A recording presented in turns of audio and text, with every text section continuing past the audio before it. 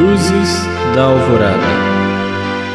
Preparai-vos, despertai-vos, Cristo logo virá. Não voltou porque te espera, Ele quer te salvar. Dia a dia, cada hora, bem mais perto está. Alvorada em que Jesus vai voltar.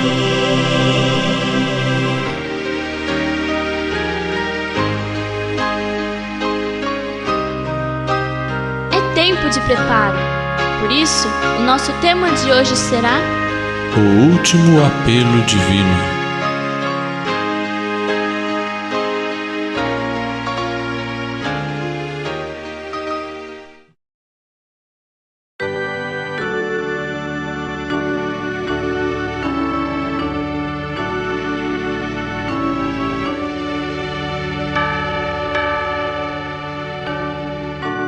Pai nosso que estás nos céus, santificado seja o teu nome. Venha o teu reino, seja feita a tua vontade, assim na terra como nos céus. O pão nosso de cada dia nos dá hoje, e perdoa-nos as nossas dívidas, assim como nós perdoamos aos nossos devedores. Não nos deixes cair em tentação, mas livra-nos do mal. Porque teu é o reino, o poder e a glória para sempre.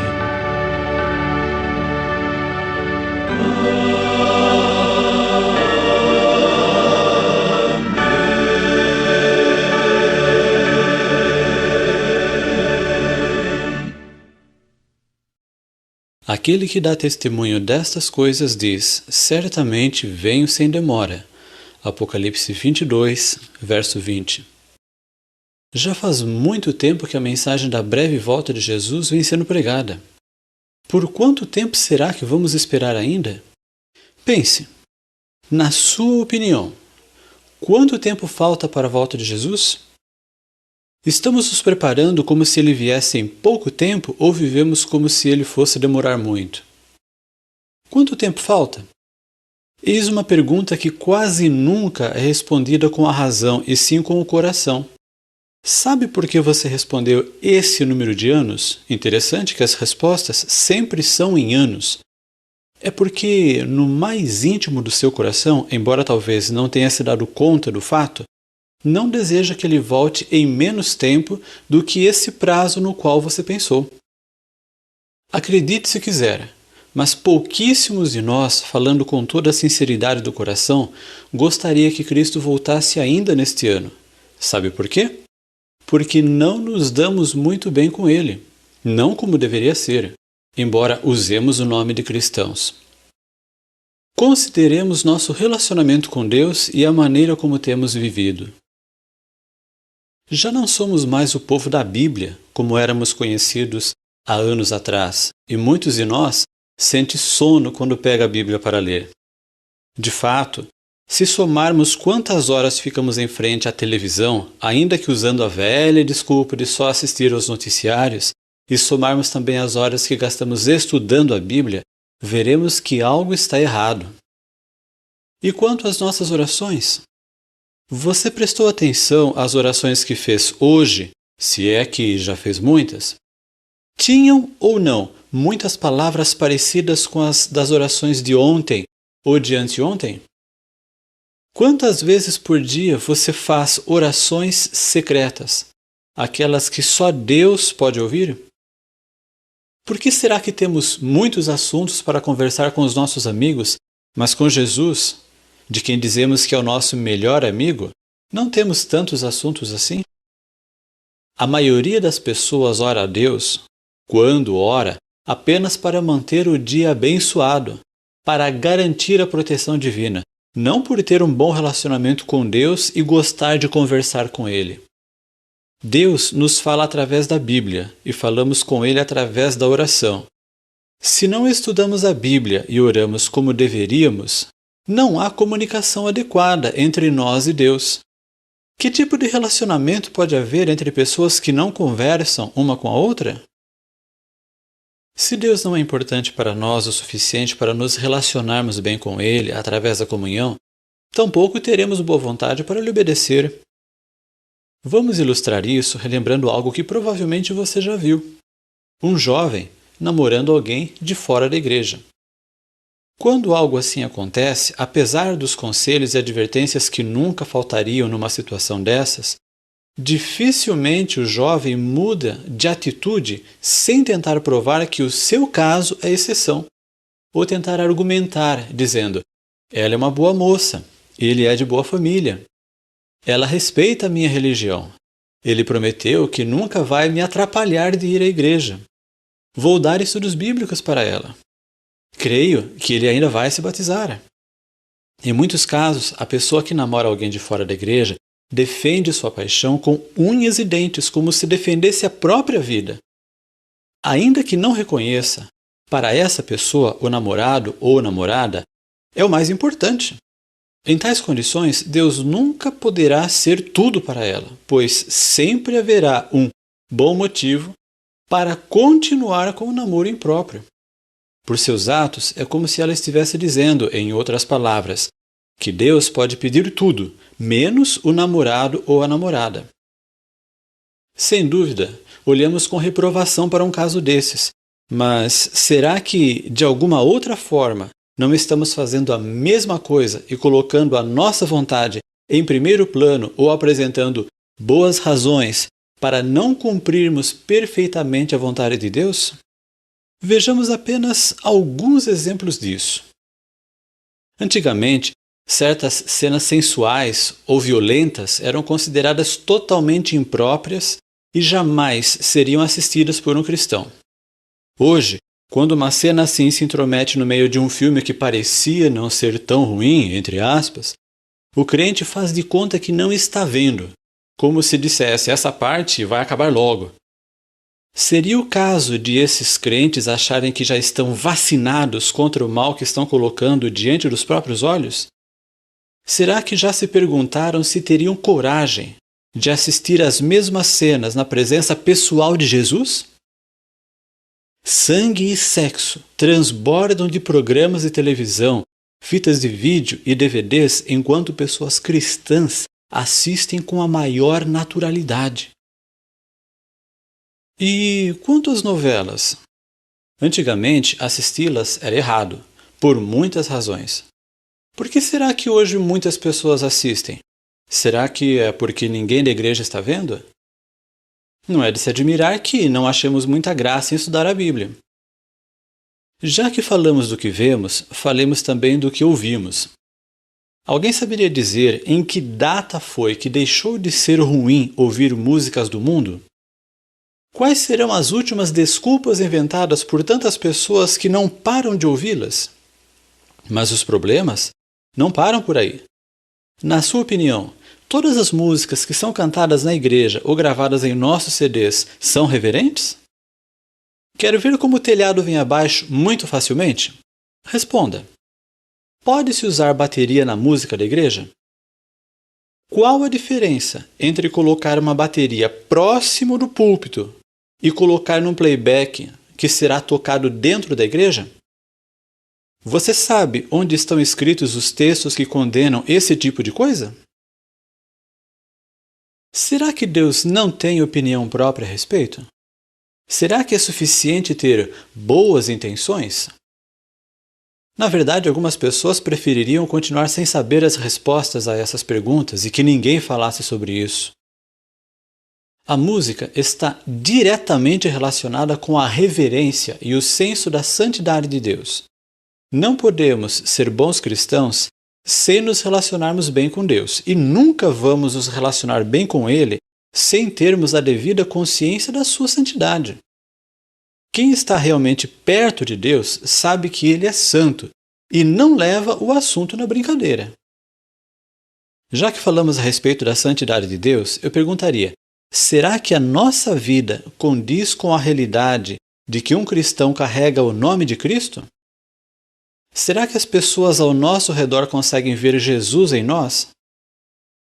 Esquecendo-nos apenas por um instante do interior, embora seja o mais importante, será que a nossa aparência exterior condiz com o nome de cristãos? Não é preciso ir muito longe para constatarmos que a moral e o decoro estão em queda livre na sociedade moderna e o vestuário da atualidade comprova esse triste fato. Muitos são vítimas dessa tragédia na qual as mulheres pecam por vestirem roupas inadequadas e os homens por olharem. É a concupiscência dos olhos, de que falou o apóstolo em 1 João 2,16. Mesmo entre as fileiras dos cristãos, existem alguns atrevidos e profanos que dizem que só olhar não é pecado.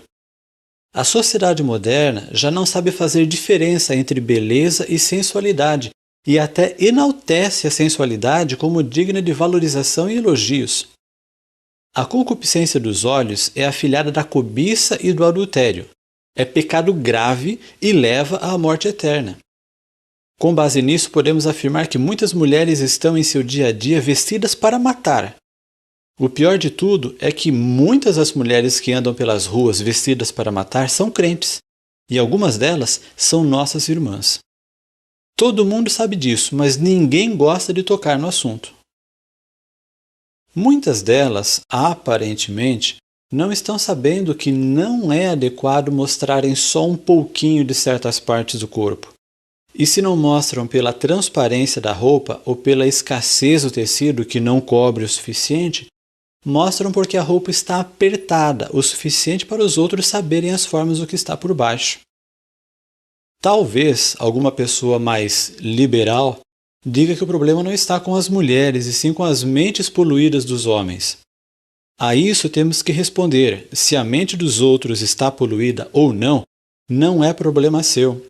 O problema será se a sua roupa fizer alguém se lembrar dessa poluição.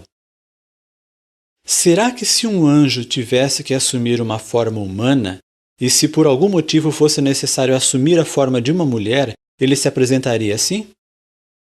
O pior é que ao dizer que é cristã, uma mulher diz que de certa forma se parece com Cristo.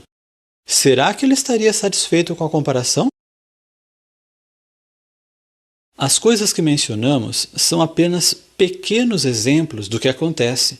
São inúmeras as maneiras pelas quais satisfazemos as nossas próprias inclinações enquanto professamos fazer a vontade de Deus.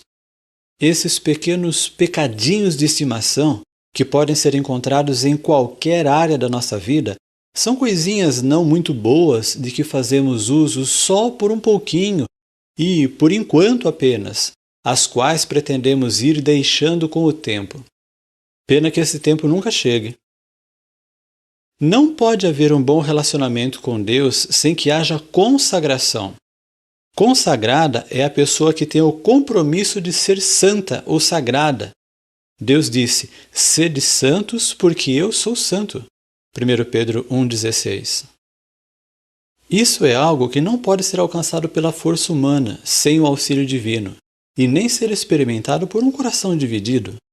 Não é possível ser parcialmente consagrado, assim como a água não pode ser parcialmente limpa ou um réu ser parcialmente inocente.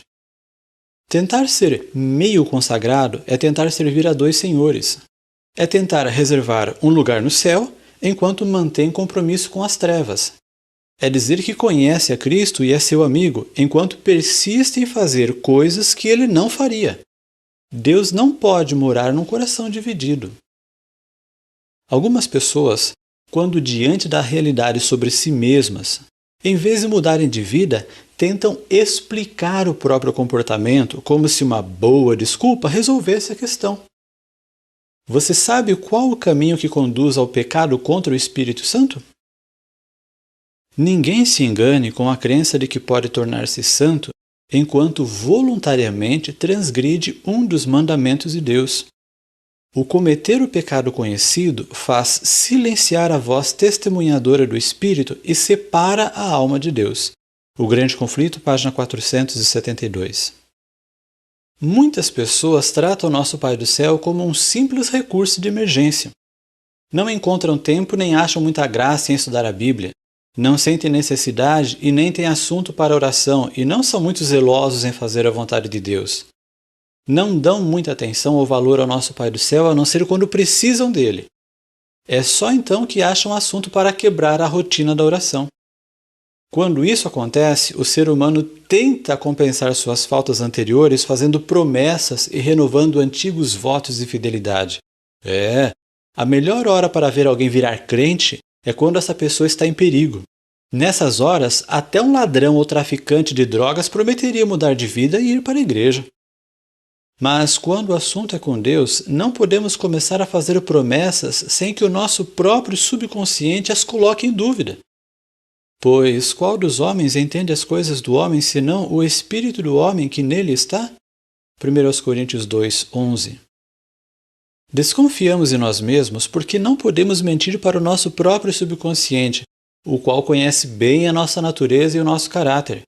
E desconfiamos de Deus porque o avaliamos pelos nossos próprios padrões de comportamento.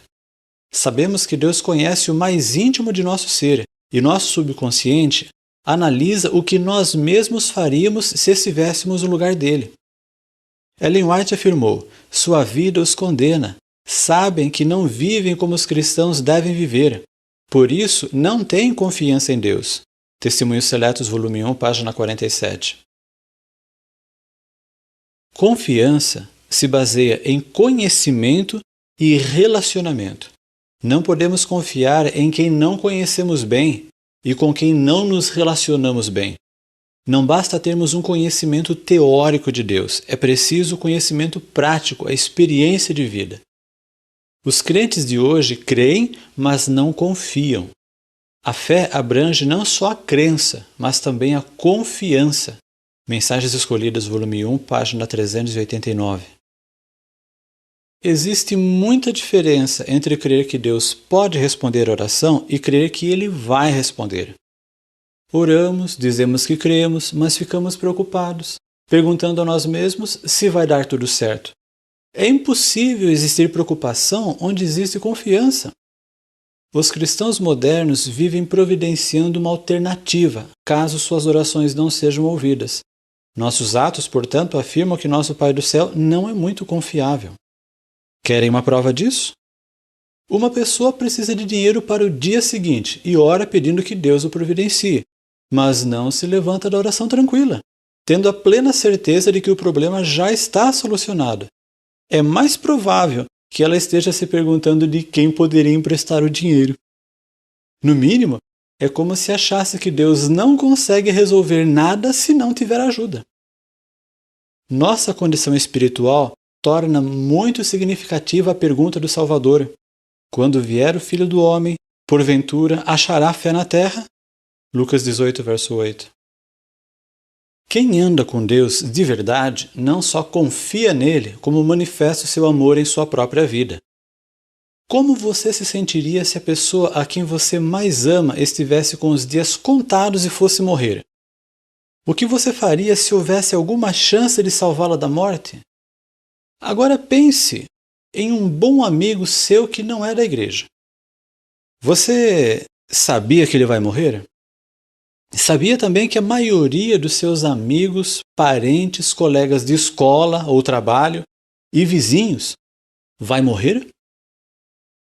Para quantas dessas pessoas você já disse que o salário do pecado é a morte, que Jesus vai voltar em breve e que elas podem ser salvas? O que você está fazendo a respeito? Está escrito: quando disser ao ímpio, certamente morrerás, se não avisares nem falares para avisar o ímpio acerca do seu mau caminho, a fim de salvares a sua vida, aquele ímpio morrerá na sua iniquidade, mas o seu sangue da tua mão o requererei. Ezequiel 3,18. Mas o problema não acaba aí.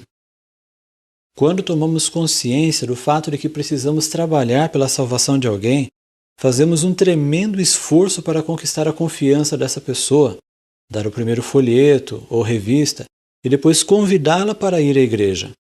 Quase fazemos uma festa quando ela aceita estudar a Bíblia. Pedimos orações em favor dela, fazemos de tudo para que se decida pelo batismo e nos emocionamos quando isso se torna realidade. E o que acontece depois? No começo, a pessoa recém-batizada é tratada como se fosse feita de vidro, com todo o cuidado, senão ela sai da igreja. Mas, com o passar do tempo, deixará de receber o mesmo cuidado e atenção de antes. Encaremos a realidade. Todas as pessoas que são cortadas da igreja por quebra dos mandamentos ou apostasia passaram pelas águas batismais da mesma forma que você. Quantos irmãos estiveram preocupados com o que estava acontecendo na vida espiritual daquela pessoa? Quantos tiveram por ela o mesmo zelo e cuidado que uma mãe teria para com o filho que mais ama? Aquela pessoa, que para alguns já não passa de mais um caso perdido, continua sendo a mesma que trouxe alegria para a igreja quando se batizou e continua sendo alguém por quem Cristo morreu.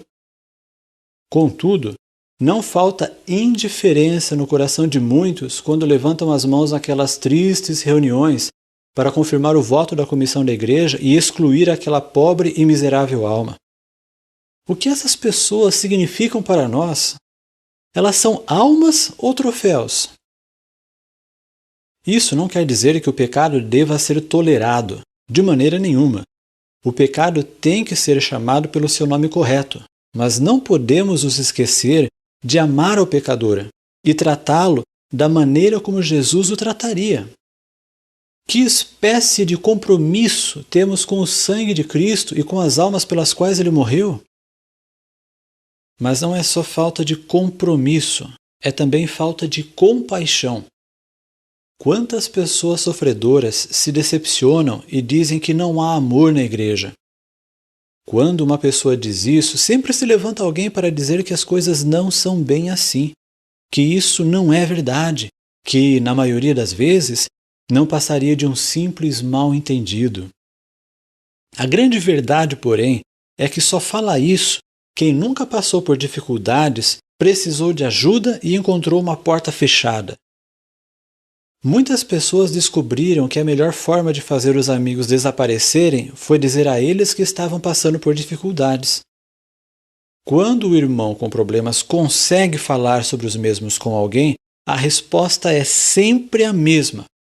Coitado, eu vou orar por você, você vai ver, Deus vai te abençoar e vai dar tudo certo, vamos orar a respeito. Não bastando a culpa pela falta de compaixão, muitos desses especialistas em oração acrescentam a si mesmos a culpa de se tornarem mentirosos, porque nem orar oram. Quando oram, muitas vezes o fazem apenas para cumprir com a palavra, mas aquela oração não leva o sentimento sincero de seu coração. Se o irmão não foi abençoado, que pena. Paciência. Pelo menos, minha obrigação eu fiz. Orei por ele. Felizmente, nem todos agem assim. Mas não se pode negar que esse é um problema real. Isso existe e é algo abominável aos olhos de Deus. Somos muitas vezes tremendamente hipócritas ao citarmos textos bíblicos dos quais não conhecemos o significado ou não o levamos muito a sério. Querem um exemplo disso? Tiago 2,17. Assim também a fé, se não tiver obras, é morta em si mesma. Para que usamos esse texto quando damos estudos bíblicos? Não é para ensinar aos estudantes que é preciso guardar os mandamentos, pois a fé, se não tiver obras, é morta em si mesma? Quantas vezes já paramos para ler e entender o verdadeiro contexto desse versículo? Você já se deu conta de que não é simplesmente da guarda dos 10 mandamentos que o apóstolo está falando? Leiamos o texto todo, sem pular nada. Que proveito há, meus irmãos, se alguém disser que tem fé e não tiver obras? Porventura essa fé pode salvá-lo? Se um irmão ou uma irmã estiverem nus e tiverem falta de mantimento cotidiano, e algum de vós lhes disser, ide em paz, aquentai-vos e fartai-vos, e não lhes derdes as coisas necessárias para o corpo, que proveito há nisso? Assim também a fé, se não tiver obras, é morta em si mesma. Tiago 2, versos 14 a 17. Mas as coisas não podem e não vão continuar assim por muito tempo.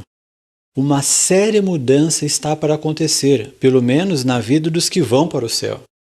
Está escrito que antes de os juízos finais de Deus caírem sobre a terra, haverá entre o povo do Senhor tal avivamento da primitiva piedade, como não fora testemunhado desde os tempos apostólicos. O Espírito e o poder de Deus serão derramados sobre seus filhos. O Grande Conflito, página 464. Você sabe como era o cristianismo nos tempos apostólicos? Está escrito: todos os que criam estavam unidos e tinham tudo em comum, e vendiam suas propriedades e bens e os repartiam com todos, segundo a necessidade de cada um. Atos 2, 44 e 45. Da multidão dos que criam, era um só o coração e uma só a alma, e ninguém dizia que coisa alguma das que possuía era sua própria, mas todas as coisas lhes eram comuns, pois não havia entre eles necessitado algum. Porque todos os que possuíam terras ou casas, vendendo-as, traziam o preço do que vendiam e o depositavam aos pés dos apóstolos, e se repartia a qualquer um que tivesse necessidade. Atos 4, 32 a 35. A coisa era tão séria que quando Ananias e Safira fingiram ter a mesma piedade, morreram pelo juízo divino. Atos 5, versos 1 a 16. Sabem por que é tão fácil ser crente hoje em dia? A religião que em nosso tempo prevalece não é do caráter puro e santo que assinalou a fé cristã nos dias de Cristo e seus apóstolos. É unicamente por causa do espírito de transigência com o pecado, por serem as grandes verdades da palavra de Deus tão indiferentemente consideradas, por haver tão pouca piedade vital na igreja, que o cristianismo é aparentemente tão popular no mundo. Haja um reavivamento da fé e poder da igreja primitiva, e o espírito de opressão reviverá, reacendendo-se as fogueiras da perseguição.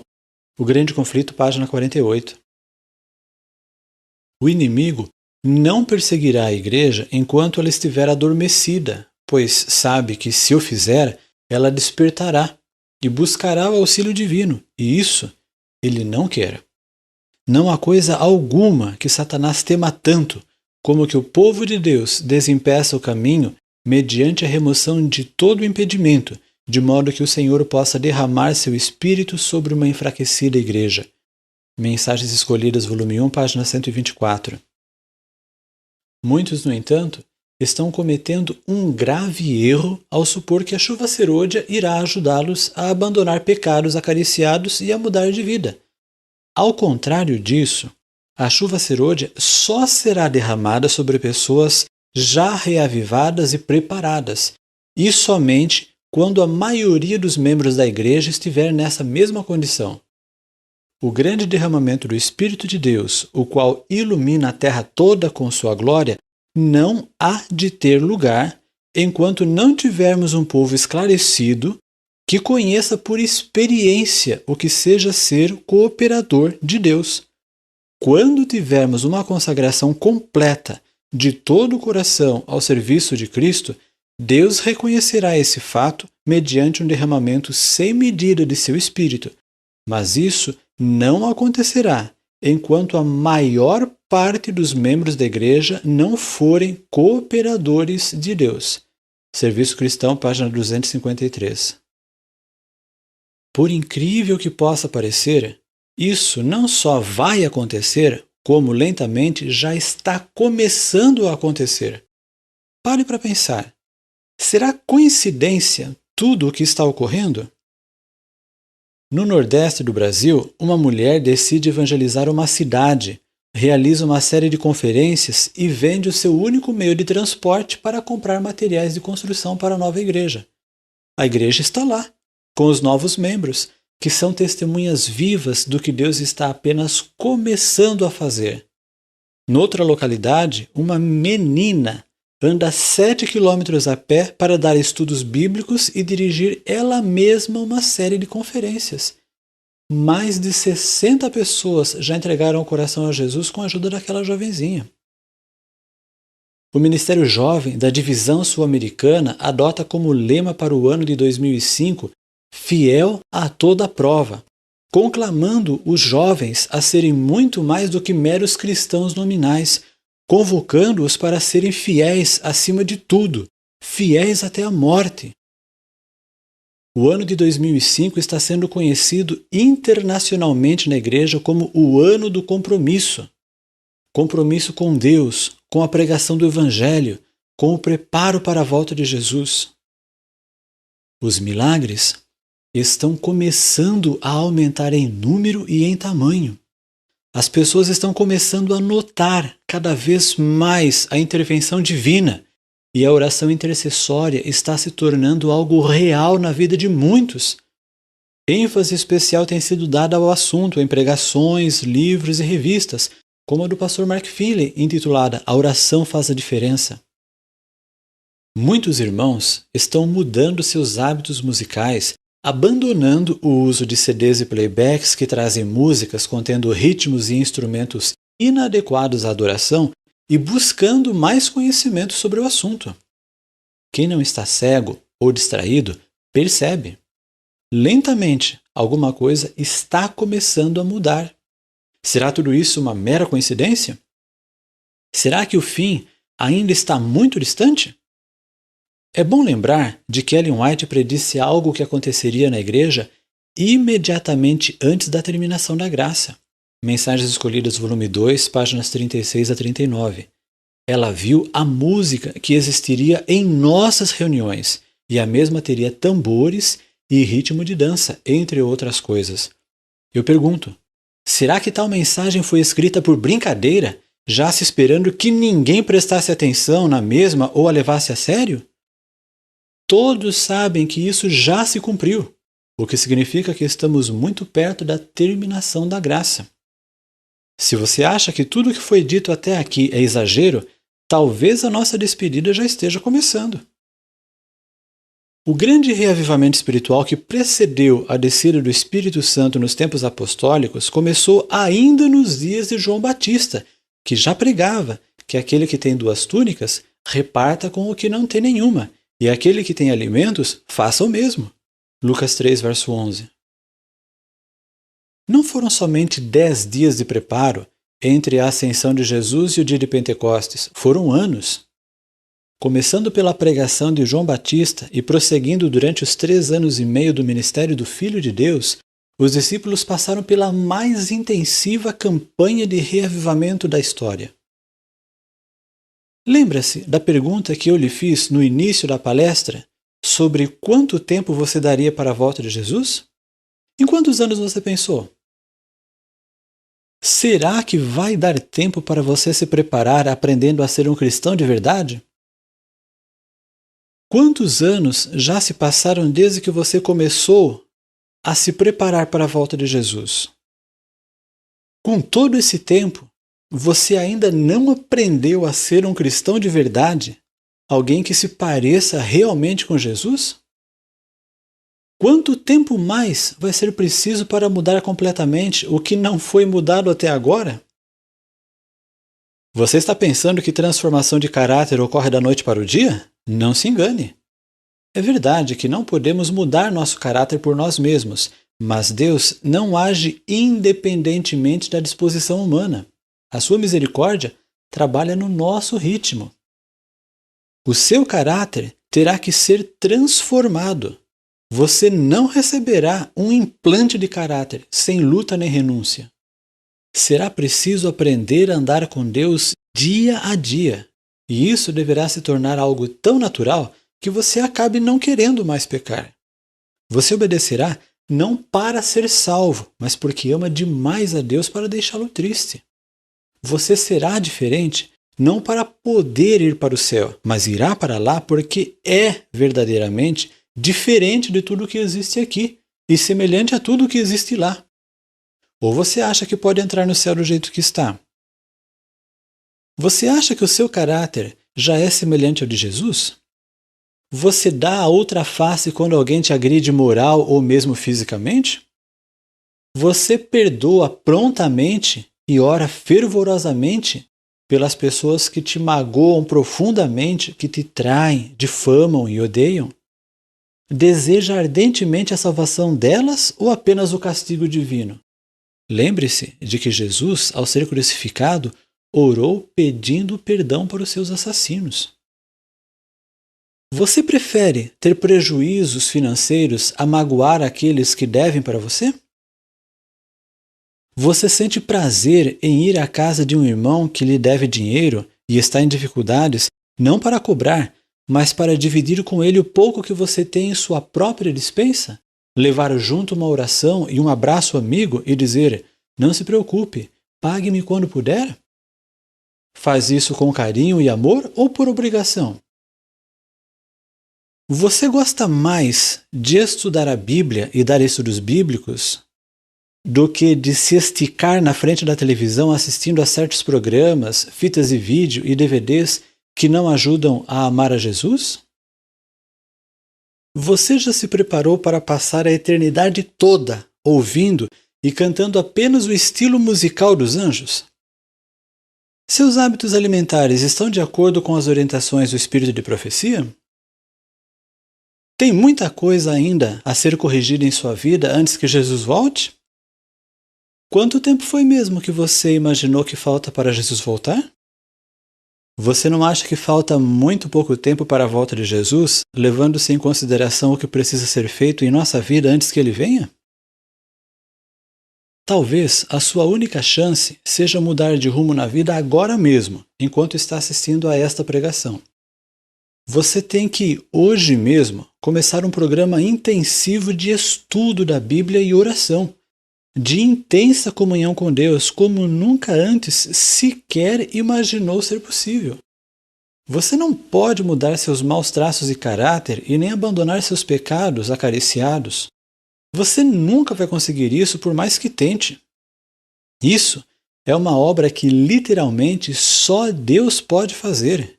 E para que isso ocorra, você precisa andar com Ele, viver com Ele, estar sempre bem juntinho a Ele. E é a única maneira disso acontecer. Todos os que tentam reformas baseadas na força humana fracassam, além de correrem o risco de se tornarem legalistas ou fanáticos e, nos casos mais trágicos, acabarem se envolvendo em movimentos dissidentes que não fazem outra coisa a não ser ver defeitos e acusar, tornando-se, portanto, nas palavras da pena inspirada, a mão direita de Satanás. O Grande Conflito, página 519. Certas coisas não podem esperar. Hoje é o dia da salvação, segundo Coríntios 6, verso 2. Se você não levar isto a sério, amanhã mesmo o apelo dessa pregação já poderá estar perdendo efeito em seu coração. Depois de amanhã, você já vai estar muito ocupado e não vai dar tempo, novamente, para estudar mais a Bíblia e orar mais. Na semana que vem, tudo terá voltado a ser como sempre foi. Em um mês, se você ainda estiver vivo, estará um mês mais perto da volta de Jesus e sendo o mesmo crente relaxado que sempre foi. Se você não pegar a Bíblia hoje mesmo e não começar a orar fervorosamente logo depois de assistir a esta pregação, amanhã já será mais difícil, você vai ver. Vai acabar deixando para depois de amanhã. Sabe quando vai dar certo? Só Deus sabe se é que vai dar certo. Alguns que não quiserem acordar agora, talvez nunca mais acordem. Além do tempo necessário para uma experiência de vida ao lado de Deus, existe o risco de não estarmos vivos amanhã. Quase ninguém leva essa realidade muito a sério. Já ouvimos isso muitas vezes e ainda estamos vivos. Só que muita gente que pensou assim está hoje fazendo companhia para as formigas e não pode mais dizer que isso é verdade. Não caia no erro de pensar, isso não vai acontecer comigo, pois você pode não ter tempo para descobrir que estava enganado. Enquanto você está assistindo a esta palestra, Deus está dando um passo a mais no sentido de restabelecer a verdadeira piedade em sua igreja. Não faz diferença se você quer que o fim venha logo ou não. Ele está se aproximando e é melhor que você se prepare para sofrer perseguição ou para perseguir, pois as decisões serão tomadas. Esta é a mensagem da testemunha fiel e verdadeira à Laodiceia. Nem todos vão gostar de ouvir, mas é Jesus quem está falando. Ellen White escreveu: perguntei a significação da sacudidura que eu vira, e foi-me mostrado que era determinada pelo testemunho direto contido no conselho da testemunha verdadeira à igreja de Laodiceia. Isto produzirá efeito no coração daquele que o receber, e o levará a empunhar o estandarte e propagar a verdade direta. Alguns não suportarão esse testemunho direto, levantar-se-ão contra ele, e isto é o que determinará a sacudidura entre o povo de Deus. Primeiros Escritos, página 270. Quando o inimigo perceber que está perdendo a batalha contra um reavivamento genuíno entre o povo de Deus, sua fúria não conhecerá limites e ele se lançará contra a igreja, provocando uma grande perseguição no mundo. Será então que a mensagem do terceiro anjo se avolumará num alto clamor e toda a terra se iluminará com a glória do Senhor. Testemunhas, volume 6, página 401. Não fique muito confiante achando que irá perceber em tempo quando as coisas estiverem ficando muito perigosas. Está escrito que só os que estiverem vivendo de acordo com a luz que têm recebido poderão receber maior luz. A não ser que nos estejamos desenvolvendo diariamente na exemplificação das ativas virtudes cristãs, não reconheceremos as manifestações do Espírito Santo na chuva serôdia. Pode ser que ela esteja sendo derramada nos corações ao nosso redor, mas nós não a discerniremos nem a receberemos. Testemunhos para Ministros Hebreiros Evangélicos, página 507.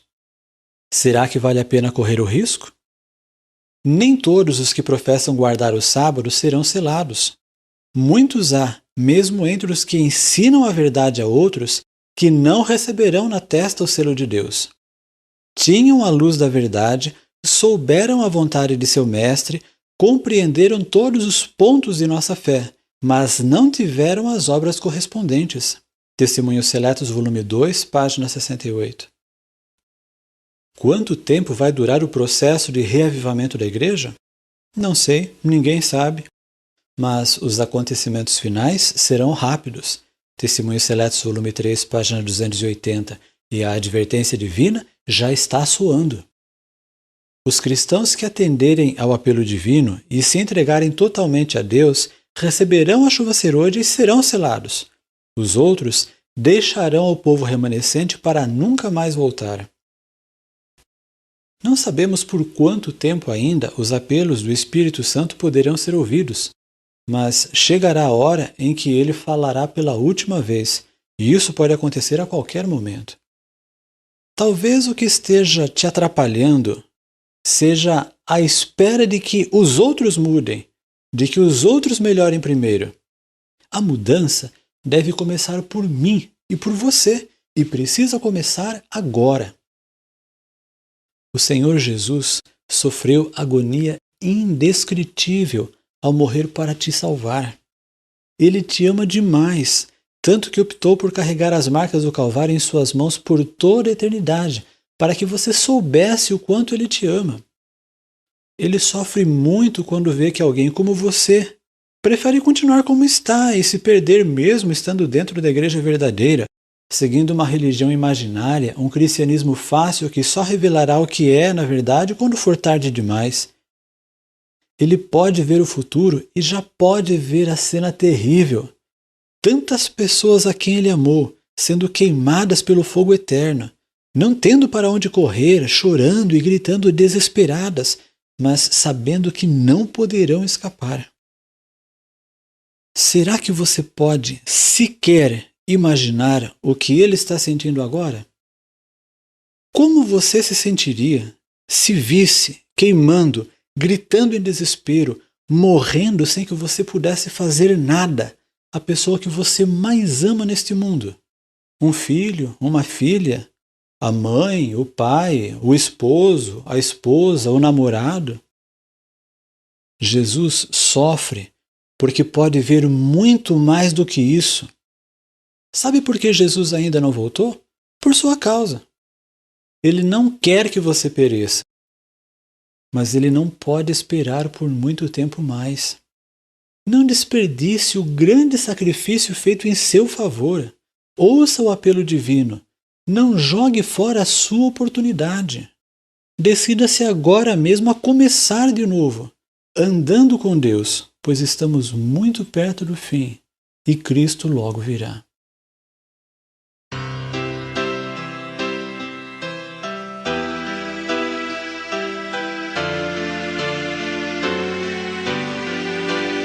Muito tempo já passou-se desde quando ouvi que Jesus prometeu regressar, mas espero confiante em sua promessa verás, certo estou que ele vai logo voltar.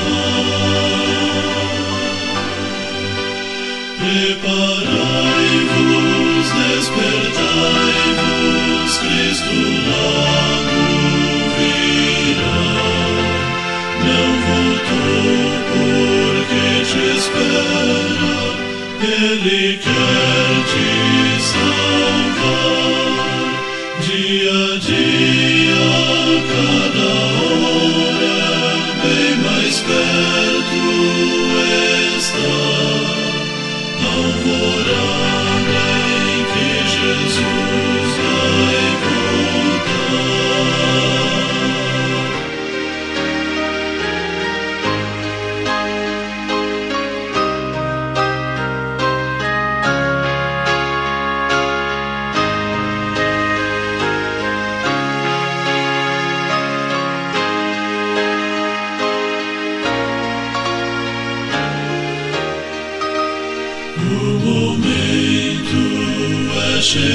chegando de a batalha me unir, proclamar as multidões esta luz. Ombro a ombro, lado a lado, corações sempre a arder, firmes até voltar o Rei Jesus.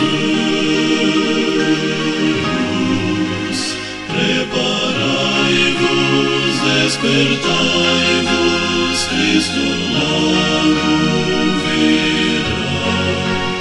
Não voltou porque te espera, ele quer te salvar.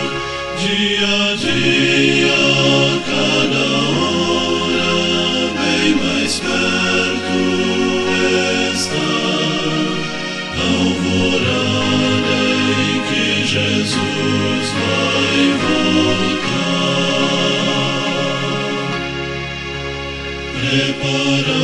Preparai-vos, Cristo logo virá. Cristo logo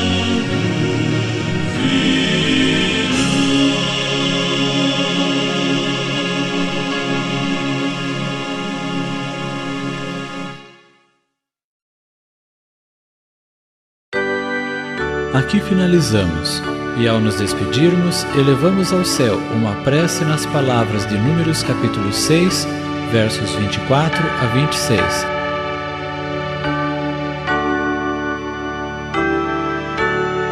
O Senhor te abençoe e te guarde. O Senhor faça resplandecer o seu rosto sobre ti e tenha misericórdia de ti.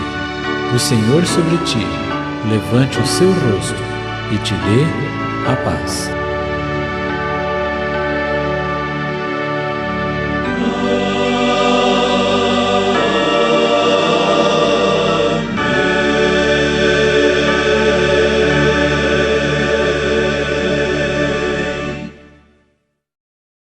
Antes de encerrarmos, permita-me dizer-lhe só mais algumas palavras.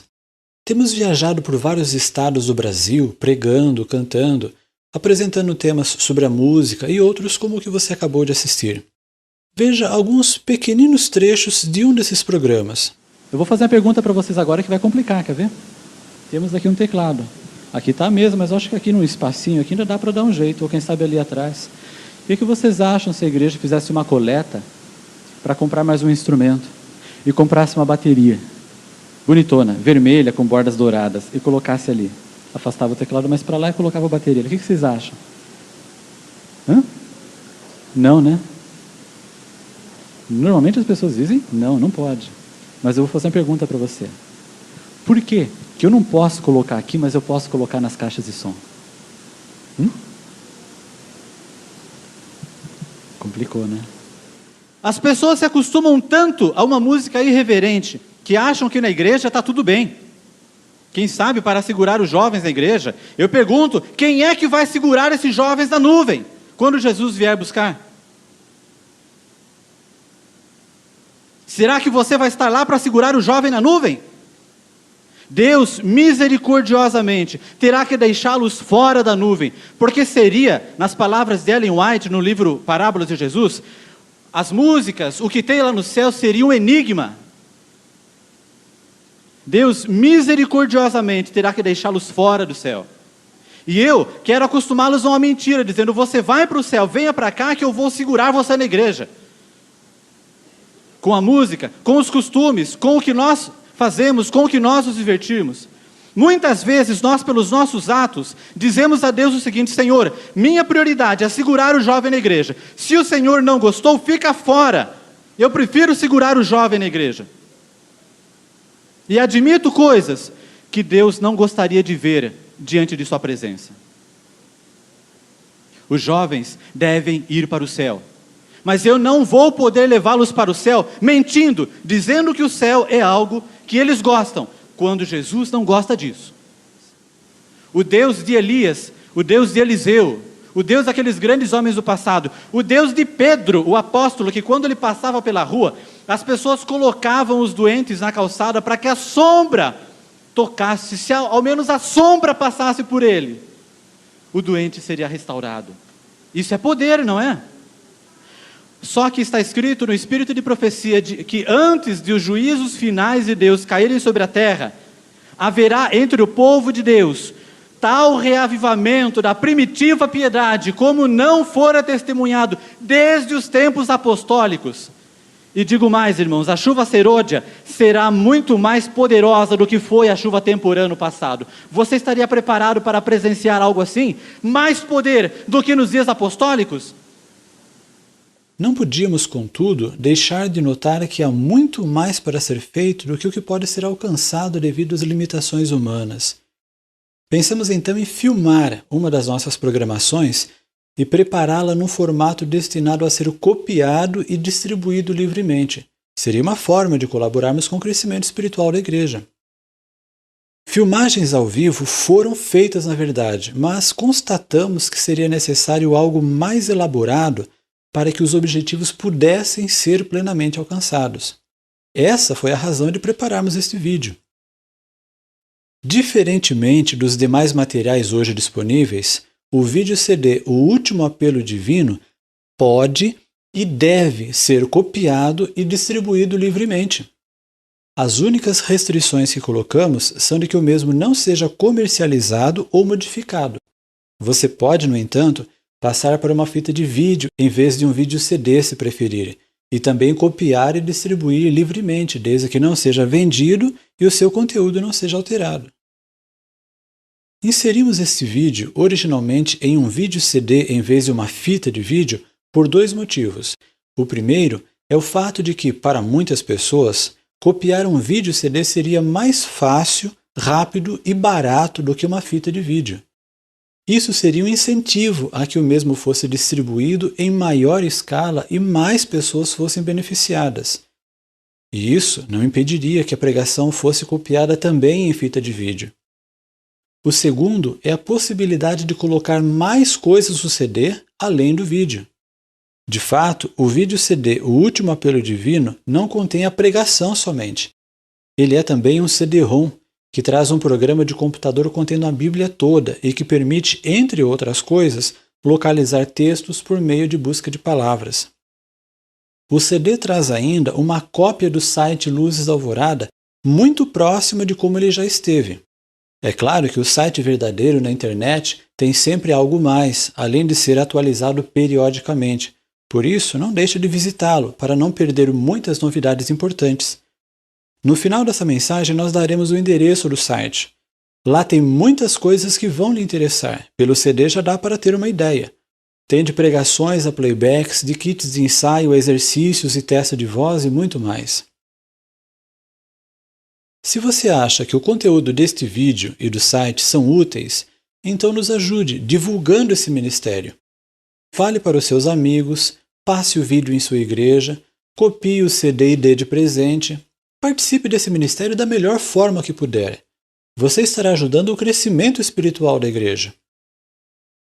Alguém perguntaria, como um vídeo CD desses pode ser produzido para ser copiado e distribuído livremente e como ele tem viajado por tantos lugares sem ganhar para isso?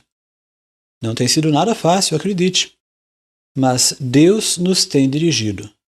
Os recursos têm vindo dos materiais que são adquiridos pelos irmãos durante as nossas viagens ou através do site. Fitas e vídeos, CDs, playbacks, kits de ensaio, aulas de música em vídeo e CDs e outras coisas. Quando você adquire algum desses materiais, está na realidade ajudando a levar a mensagem a outras pessoas e a preparar mais materiais que vão ajudar a igreja. Essa também é uma forma de você ajudar. O mais importante, porém, é que você esqueça a pessoa que está apresentando estas mensagens, a qual é fraca e defeituosa como você, e olhe para Jesus, que é a pessoa por trás de tudo isso. Ande com Ele, viva com Ele. Ele quer que todos nós cresçamos espiritualmente até aquele dia em que, pela sua graça, estaremos todos juntos por toda a eternidade. Que Deus nos abençoe e dirija até esse dia.